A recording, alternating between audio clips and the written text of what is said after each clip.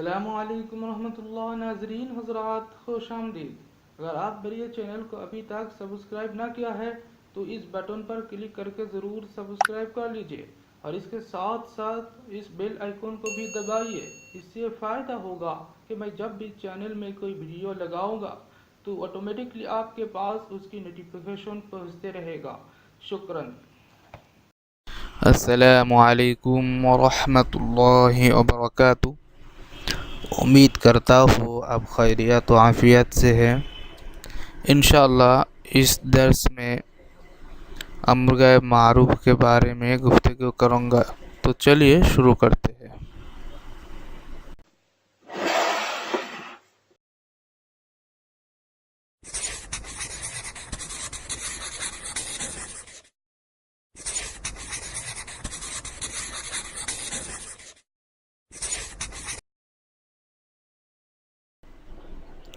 فعل امر کی تعریف۔ فعل امر وہ فعل ہے جس میں کرنے یا ہونے کا حکم کیا جائے۔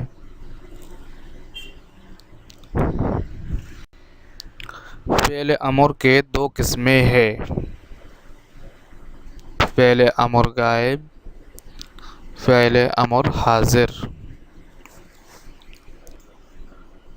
امر غائب وہ فعل ہے جس میں اس شخص یا چیز کو حکم کرے جو سامنے موجود نہ ہو۔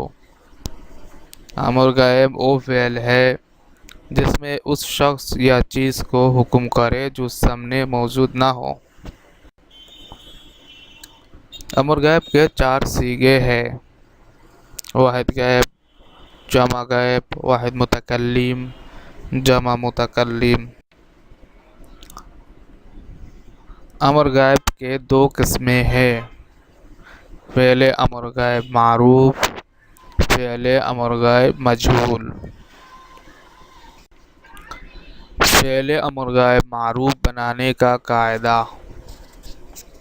مضارع مطلق مثبت معروف کے یہ 4 صیغے یعنی واحد غائب، جمع غائب، واحد متکلم اور جمع متکلم کو فعل امر غائب معروف کے صیغے شمار کیا جاتا ہے، لیکن اس کے لیے شروع میں صرف باید کے، لازم کے، مناسب کے یہ 3 کلمہ میں سے کوئی ایک کو لگانا ہوتا ہے۔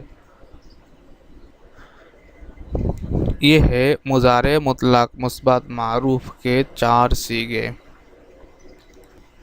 اس کے شروع میں کلمہ باید کے لگایا گیا ہے۔ تو ہوا باید کے پھاروارد، باید کے پھاروارند، باید کے پھاروارم، باید کے پھارواریم۔ باید کے پھاروارد یہ واحد غائب کا صیغہ ہے۔ اس کا معنی ہے چاہیے کہ وہ پالے۔ باید کے پھاروارند یہ جمع غائب کا صیغہ ہے۔ اس کا معنی ہے چاہیے کہ وہ پالے۔ باید کے پھاروارم واحد متکلم کا صیغہ ہے۔ اس کا معنی ہے چاہیے کہ میں پالو۔ باید کے پھارواریم یہ جمع متکلم کا صیغہ ہے۔ اس کا معنی ہے چاہیے کہ ہم پالیں۔ امید کرتا ہوں کہ آج کا ویڈیو آپ کو پسند آیا ہے۔ اگر بات واقعی ایسا ہی ہے تو ضرور لائک کیجئے اور دوستوں کے ساتھ شیئر کر کے انہیں بھی سیکھنے کی موقع دیجئے۔ اور اگر درس کے بارے میں کوئی سوال یا مشورہ ہے وہ بھی کمنٹ کر کے بتائیے، یا ڈسکرپشن میں دیا ہوا جی میل آئی ڈی میں میسج کر کے مجھے اطلاع دیجئے۔ تو خیر، آج کے لیے اتنا ہی کافی ہے۔ اجازت چاہتا ہو جانے کے لیے۔ اگلے ویڈیو تک آپ حضرات خوشحال میں رہے۔ اللہ حافظ، اللہ نگہبان۔